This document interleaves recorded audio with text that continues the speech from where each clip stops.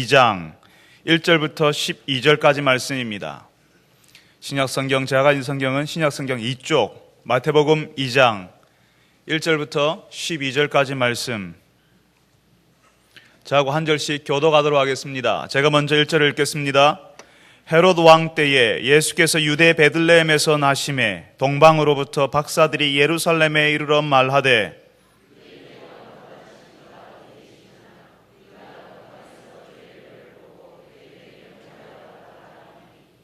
헤롯 왕과 온 예루살렘이 듣고 소동한지라.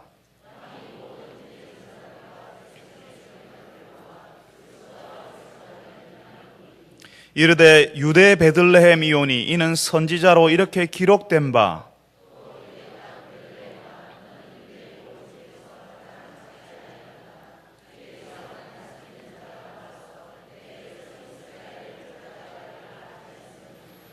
이에 헤롯이 가만히 박사들을 불러 별이 나타난 때를 자세히 묻고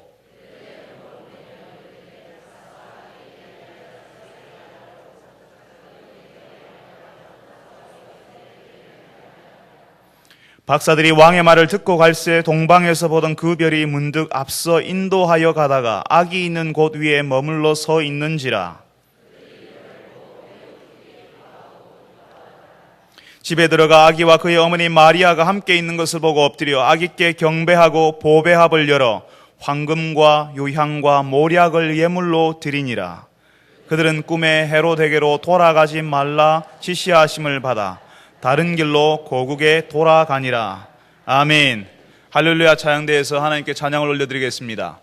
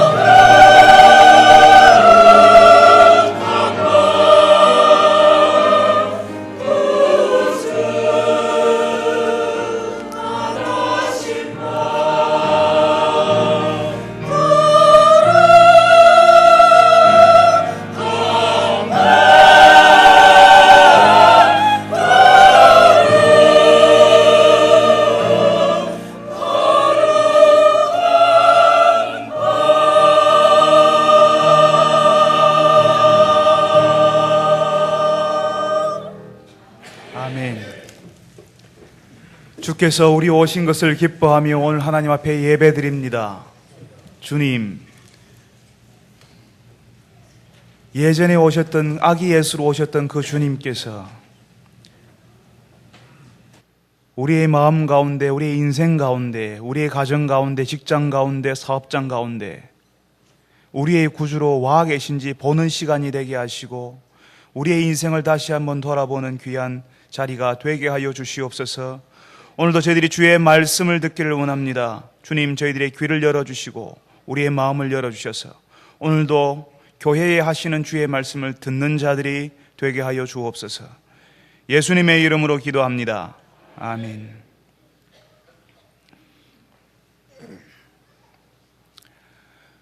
제가 어릴 적에 한 번씩 왕놀이라는 것을 했었습니다. 혹시 그런 놀이를 해보신 적이 있는지 모르겠습니다.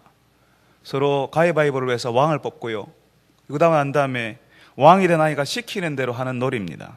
어떨 때는 왕이 된 그 아이가 참 짓궂은 짓을 시키는 그런 때도 있습니다. 다른 아이들을 괴롭히고 오라든지 바지를 벗으라든지 그런 말도 안 되는 명령을 할 때는 참 곤혹스럽지요.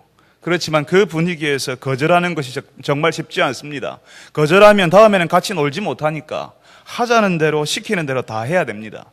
이제는 시대가 변해서 왕놀이 같은 걸로 시간을 보내는 아이들도 없고 어른들도 없습니다. 그렇지만 왕이 시키는 대로 한다는 것은 여전히 변하지 않는 것이죠. 젊은 세대, 20대, 30대 젊은 부부에게는 이제 집에서 자라나는 아이들이 왕의 자리를 차지하고 있는 것 여러분 알고 계시죠? 예쁜 딸아이가 밤에 짜증스럽게 울기라도 하면 아빠는 벌떡 일어나서 왜 우냐고 아이가 불편한 것들을 다 들어줍니다. 그 짜증 내면요, 그 짜증 풀어주기 위해서 아빠는 아주 비굴한 웃음을 웃는 것도 마다하지 않습니다. 그 아이가 왕이기 때문에 그렇습니다. 그러다가 그 집에 둘째가 태어나면요, 바로 그 왕은 바로 폐위가 됩니다. 평민이 되죠. 순식간에 둘째가 바로 왕이 되는 겁니다. 폐위된 왕을 충격을 받습니다. 갑자기 돌변한 아빠 때문에요. 맨날 자기만 쳐다보다가 이제는 동생만 쳐다보거든요. 그러니까 지나가면서 동생을 툭 치고 가거나 발로 밟아버리고 가는 일이 벌어집니다. 새로운 왕을 인정하지 않는 겁니다. 그래서 아주 소심하게 복수를 하죠. 우리가 오늘 읽었던 내용도 왕에 관한 이야기가 나오고 있습니다. 예수님 당시 유대는 헤롯이라고 하는 왕이 다스리고 있었습니다. 이 왕이 유대 지역을 약 40년을 통치하고 있었습니다. 40년을 유대 땅을 통치하고 있는데 이 헤롯 왕이 이 왕의 자리를 지키기 위해서 가진 노력을 다했지만 여전히 불안했습니다. 왜냐하면요, 헤롯 왕은 유대인이 아니었거든요. 에돔 사람이었습니다. 이방인이었습니다. 유대인들이 이방인들을 극심히 싫어합니다. 이방인들을 너무너무 싫어하는데 그 이방인의 유대인의 왕이 되어서 다스렸다고 생각해 보십시오. 유대인의 왕이 유대인이 아니다. 유대인들의 반감이 얼마나 심하였겠습니까? 헤롯도 모르는 게 아닙니다. 그러니까요, 유대인들을 위해서 성전을 크게 지어주었습니다. 나중에 우리가 마태복음을 나중에 읽어가 보면 제자들이 예루살렘에 와서 막 입이 쩍 벌어지면서 놀라는 게 있는데, 예수님 저것 좀 보십시오, 저 성전 좀 보십시오. 굉장하지 않습니까? 너무 어마어마한 성전을 지어 놓았기 때문에 예수님 당시에도 아직도 성전을 짓고 있었습니다. 수십 년을 공사를 했습니다. 그러니까 엄청난 성전을 짓고 있었다는 거죠. 유대인들을 위해서. 헤롯 왕이 유대인이 아니기 때문에 유대인의 마음을 사로잡는 것은 성전을 지어주는 것, 유대인들이 가장 중요하게 생각하는 하나님의 신앙을 중심이 있는 그 성전을 지어주는 것이 이 유대인의 마음을 사로잡는 데는 최고라고 생각하니까 헤롯이 그 성전을 지어준 겁니다. 한편으로는요, 헤롯을 대항하는 반란의 기미가 있거나 왕의 자리를 넘보는 분위기가 감지만 되면 가차없이 칼을 빼들었습니다. 죽여버리는 일을 반복했습니다. 자기 자식들이라도, 자기의 아들들이라도 왕의 자리를 넘보면 죽여버렸습니다. 그래서요, 로마에서는 헤롯을 바라보면서 차라리 헤롯의 돼지가 되는 게 낫지 헤롯의 자녀가 되는 것은 안 좋더라고, 그런 농담을 그 로마 사람들이 하기 시작했습니다. 정말 왕의 자리를 지키기 위해서는 무슨 일이라도 했던 사람이 헤롯이었습니다. 그런데 오늘 우리가 읽었던 말씀에 헤롯이 있던 이 예루살렘에 누가 찾아왔습니까? 동방에서 박사 세 사람이 찾아왔는데요, 이 사람들이 지금 이 헤롯에게, 그리고 예루살렘에 있는 사람들에게 지금 무슨 말을 하고 있습니까? 뭘 묻고 있습니까? 이 사람들이 예루살렘에서 뭘 이야기하고 있습니까? 누구를 찾고 있습니까? 유대인의 왕으로 나신 이가 어디 계십니까? 라고 묻고 있습니다. 여러분 생각해 보십시오. 지금 유대인의 왕이 누굽니까? 40년을 그 왕자리 지키기 위해서 온갖 굳은 일 다 해왔던 헤롯이 유대인의 왕 아닙니까? 지금 왕은 누가 뭐라고 해도 헤롯입니다. 그 다음 왕이 태어나더라도 헤롯 왕의 후손이 왕이 되어야 하는 것입니다. 그런데 동방에서 이상한 옷을 입고 온 세 사람이 유대인의 왕이 어디 있습니까? 라고 물으니까 얼마나 당황스럽고 화가 났겠습니까? 누가 왕이란 말이냐? 내가 왕이다라고 그렇게 소리칠 수 있지 않았겠습니까? 오늘 우리가 읽었던 말씀에는 헤롯 왕과 온 예루살렘이 듣고 소동하였다라고 되어 있습니다. 여기서 소동하였다는 말은요, 아주 골치 아프게 되었다, 정말 불편했다라는 의미가 숨겨져 있는 말입니다. 그냥 소동했다는 그 말 안에는 너무너무 불편하다, 골치 아프다, 마음이 불편하다는 그 의미가 숨겨져 있습니다. 헤롯에게 유대인의 왕이 났다는 소식은 정말 골치 아프고 불편한 소식이라는 겁니다. 헤롯이 어느 나라 사람이라고요? 어느 족속이라고요? 유대인이라고요? 에돔 사람이니까요. 에돔 사람이니까 유대인의 왕이 났다는 소식은 정말 가슴을 찌르는 불편한 소식이라는 겁니다. 예루살렘에서 헤롯이 주는 질서와 분위기 가운데 편안하게 살아가는 사람들에게도 유대인의 왕이 나셨다는 소식은 불편하고 골치 아픈 소식이었습니다. 이 사람들에게는 하나님이 보내시는 구원자, 유대인의 왕, 온 세상을 위해 오시는 하나님의 아들이 오면 안 되는 겁니다. 오면 안 되는 겁니다. 아니 지금도 괜찮은데요, 뭘 오신다고 우리를 이렇게 피곤하게 만듭니까? 하는 것이 이 사람들의 반응이었습니다. 그냥 온 예루살렘이 소동이 나는 겁니다. 예수님이 오시면 안 됩니다. 지금은 예루살렘 이 분위기에서는 헤롯 왕이 다스리는 그 질서 가운데는 예수님이 오시면 안 되는 겁니다. 예수님이 오셨다는 소식, 아기 예수가 태어났다는 소식은 너무너무 골치 아프고 불편한 소식이었다는 것입니다. 여러분, 우리가 고백하는 사도신경의 내용대로 오늘도 우리가 예배 드릴 때에 사도신경을 같이 읽지 않았습니까? 거기서 예수님께서 살아있는 자와 죽은 자를 심판하러 오십니다라고 우리가 고백했습니다. 그 고백대로 예수님께서 오신다는 그 소식이 우리에게는 기쁜 소식입니다. 다른 날 이 공휴일에 25일 12월 25일 국가가 지정한 공휴일에 다른 곳에 가지 않고 예수님의 나심을 기뻐하는 감사 예배로 드리러 온 여러분들에게는 예수님이 오신다는 소식이, 다시 오신다는 소식이 기쁜 소식일 것입니다. 그렇지만 예수님과 상관없이 살아가던 사람들, 다른 질서 가운데 살아가던 사람들, 예수님 없이 살던 사람들에게는 듣고 싶지 않은 소식, 불편하고 골치 아픈 소식이라는 것입니다. 예수님 없이도 세상은 잘 돌아가고 경기가 좀 어렵다고 전쟁의 소문은 저 바깥에서 들리기는 하지만 그래도 그럭저럭 살고 있는데 예수님이 불쑥 오신다는 소식은 아무래도 불편한 소식이라는 겁니다. 예수님이 오시는 것을 누구도 예수님이 오시는 것을 반가워하지 않을 겁니다. 그렇지만 예수님께서 우리가 고백한 대로 살아있는 자와 죽은 자로 심판하러 오십니다라고 고백했던 것처럼 예수님께서 심판주로 다시 오실 때에는 누구도 예수님을 거절할 수가 없습니다.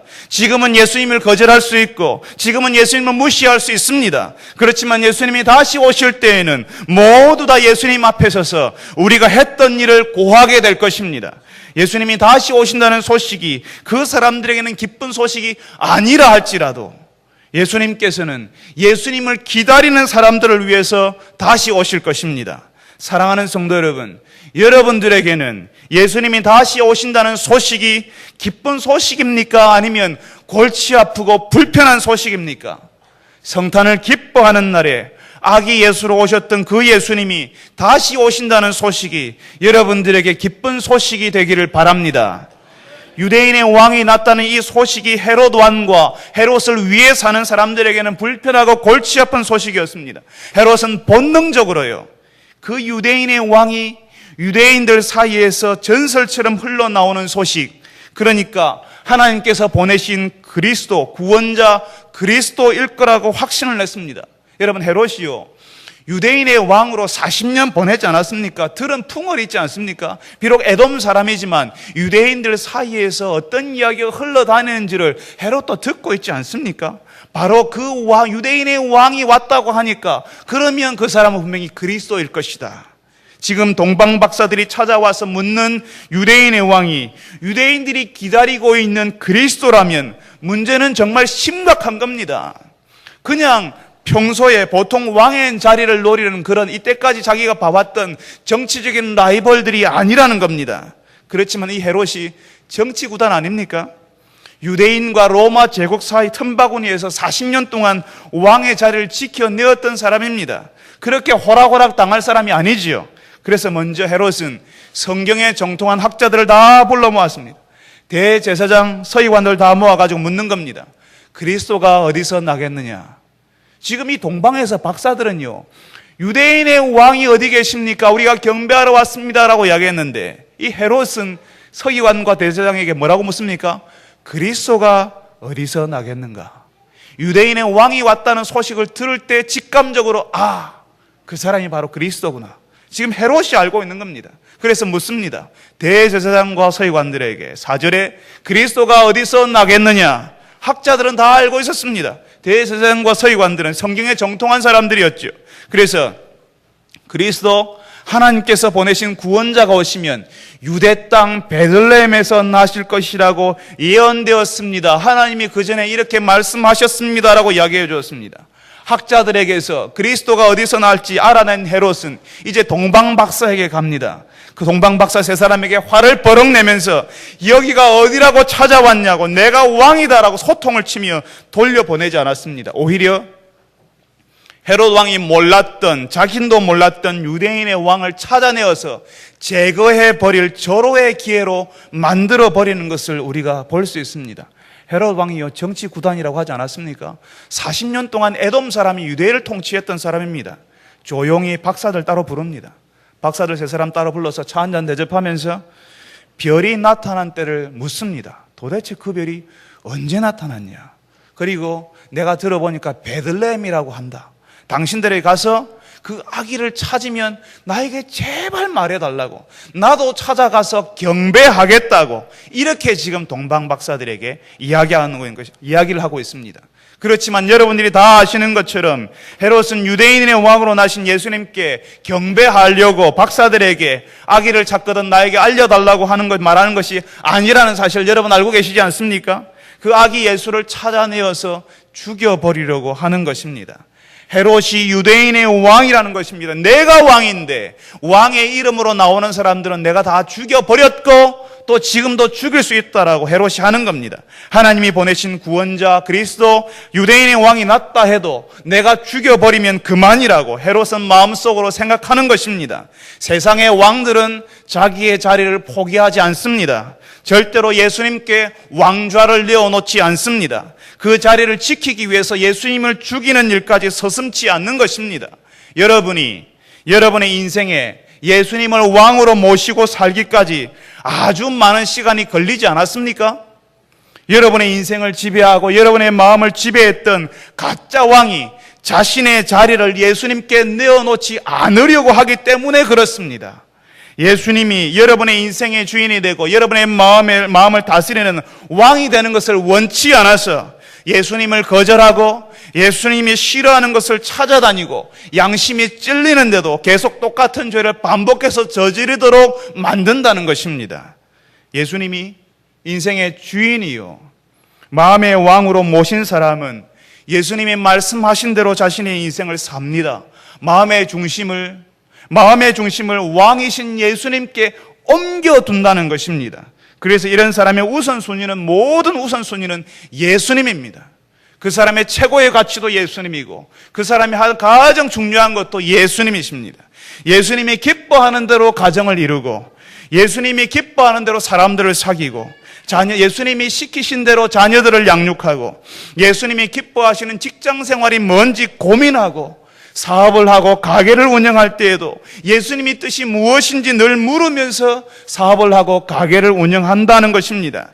그렇지만 예수님이 아니라 다른 것이 인생의 주인이 되었고 마음의 왕으로 섬기고 있는 사람은 그 마음의 왕이 시키는 대로 합니다. 그 마음의 재물이 주인이 되고 그 욕망이 주인이 되고 자기 자신이 왕이 된 사람은 재물을 얻기 위해서 모든 노력을 하고 모든 시간을 거기에 맞추고 그 재물을 위해 자신의 모든 열정을 집중을 시킵니다. 그래서 여러분들이 잠깐 괜찮고 성공적인 인생을 살 수도 있습니다. 여러분 주변을 보시면 재물을 모으고 괜찮은 집에서 살고 괜찮은 차를 타고 다니며 떵떵거리는 사람들, 괜찮고 성공해 보이는 사람들을 볼 수 있습니다. 예수님을 믿지 않고 예수님의 질서를 따르지 않는데도 불구하고요, 괜찮아 보입니다. 잠깐 동안만 성공적인 인생을 살고 있는 것처럼 보입니다. 여러분 중에 누가 젊은 시절에 열심히 일을 해서 돈을 좀 모았을 수도 있습니다. 그래서 결혼을 하고 허리띠를 졸라매면서 살아서 비교적 젊은 시절에 아파트 한 채 살 수도 있습니다. 또 자기 이름으로 된 가게도 하나 내어서 사장님이라는 소리 들으면서 인생의 중반부를 보낼 수도 있습니다. 남들처럼 큰 차를 사고 인생의 노후를 위해서 남들처럼 모아서 저축하고 투자해 놓은 것도 있을 수 있습니다. 모아둔 것으로 자녀들 학교도 보내고 시집장가도 보낼 수 있습니다. 그리고 멋진 휴양지를 찾아서 노년을 멋지게 보내는 것입니다. 여러분 멋지지 않습니까? 그런데요, 그 다음에는요, 연금보험을 설명해주는 보험회사에서는 이런 인생이 멋진 인생이라고 가르쳐줍니다. 이런 식으로 인생을 살라고 가르치지만 하나님께서 우리에게 말씀하시는 인생은 그런 인생이 아닙니다. 18평 아파트에서 23평, 그 다음 32평, 그리고 45평으로 옮겨가면요, 그 다음에는요, 1000cc 경차에서 1500cc, 2000cc, 3000cc 중대형차로 옮겨 타면요, 그 다음에는요, 회사에서 대리가 되고 과장이 되고 부장이 되고 이사가 되고, 그 다음에는요, 사람들은 자신의 마음을 지배하고 있는 그 왕이 시키는 대로 이 세상에서 열심히 아파트를 갈아타고 차를 바꿔 타고 노년을 위해서 돈을 모으는 일을 하지만 그 마음의 왕에게는 그 다음이 없습니다. 그 왕은 가짜 왕이기 때문에 그런 것입니다. 헤롯이 40년 동안만 유대의 왕이었던 것처럼 많은 사람의 인생을 지배하고 많은 사람들의 마음을 지배하고 있는 왕은 사람들이 겨우 40년만을 살도록 알려주고 가르쳐주고 있는 것입니다. 그 다음에는 없습니다. 아파트 45평으로 옮겨 타고 나면 그 다음에는요, 3000cc 중형차로 옮겨 타고 나면 그 다음에는요, 부장되고 이사되면 그 다음에는요, 허무하지 않습니까? 그 다음이 없습니다. 그렇지만 예수왕을 모신 사람의 인생은 다릅니다. 예수왕을 모신 사람은 아파트를 갈아타는 인생이 아닙니다. 큰 차로 바꿔 타는 것이 인생의 기쁨이 되고 목적이 되는 인생이 아닙니다. 물론 예수왕을 모셔도 아파트에 살 수 있고요, 큰 차를 탈 수도 있습니다. 그렇지만 예수왕을 모신 사람들에게 큰 아파트나 큰 차가 인생의 목적도 아니고 영원한 기쁨을 가져다 주는 것이 아니라는 사실을 아주 잘 알고 있습니다. 자신을 과시하기 위해 큰 아파트에 살고 큰 차를 타고 직장에서 승진하기 위해서 발버둥치는 것이 아니라 자신을 부르신 부르심이 있다는 사실을 알고 그 부르심, 소명, 사명을 이루기 위해 사는 인생이라는 사실을 아는 사람들입니다. 예수왕을 모신 사람의 인생은 자기만을 위해서 사는 인생이 아닙니다. 예수왕이 사람들을 살리고 사람들을 위해서 살았던 왕이기 때문에 그 예수왕을 모신 사람도 사람들을 살리고 사람들을 섬기는 사람으로 살게 됩니다. 그래서 예수님을 왕으로 모신 사람들의 주변에는 항상 사람들이 있습니다. 사람이 변하고 살아나는 것을 볼 수 있습니다. 여러분들이 보지 않습니까? 여러분 주변을 보십시오. 어떤 사람 주변에는 항상 사람들이 있습니다. 그 사람 주변에서는 사람들이 살아납니다. 사람들이 그 사람에게 묻기를 좋아합니다. 전화해서 안부라도 묻기를 좋아합니다. 그런데요, 나한테 이런 일이 있는데 자신의 어려움을 나누기를 좋아합니다. 그 사람에게 가까이 가고 싶어 합니다. 그 사람이 같이 있으면 일이 됩니다. 모임이 됩니다. 그 사람이 사랑방에 들어가든 기관 모임에 들어가든 직장에 들어가든 그 사람이 들어가는 곳에는 생명이 피어오르듯이 주변 사람들이 같이 살아나는 일이 일어난다는 것입니다. 그렇지만 어떤 사람이 들어가면 모임이 깨어지고요, 분쟁이 일어나고요, 서로 미워하는 일이 일어나는 것을 우리가 보지 않습니까? 늘 안 되는 이야기로 다른 사람들을 힘들게 합니다. 그렇지만 예수님을 왕으로 모신 사람이 들어가면 화해가 일어나고 한번 해보자고 하는 회복이 일어나게 되는 것입니다. 이것이 예수왕을 모신 사람들의 모습이라는 것입니다. 사랑하는 성도 여러분, 여러분의 인생의 주인이 예수님이십니까? 아니면 여러분 마음의 왕이 예수님이 아니시면 아직도 예수왕을 모시기 싫어해서 여러분 마음에 갈등을 일으키고 힘들어 하십니까? 여러분, 우리가 예수 왕을 마음으로 모시기 전에까지 우리의 마음에 평안이 없습니다. 예수 왕이 아닌 가짜 왕은 우리 인생을 30년 동안만, 40년 동안만 열심히 살도록 인도할 수 있지만 그 다음이 없습니다. 재물을 따라서, 욕망을 따라서 내 마음이 가는 대로 30년, 40년을 보내지만 그 다음에는요, 사랑하는 성도 여러분들이 여러분의 인생에, 여러분의 마음에 이 예수님을 왕으로 모시고 그냥 아파트를 갈아타는 인생이 아니라 우리를 부르시는 소명을 따라서 예수님이 가신 길을 가는 왕의 백성들이 되시기를 바랍니다.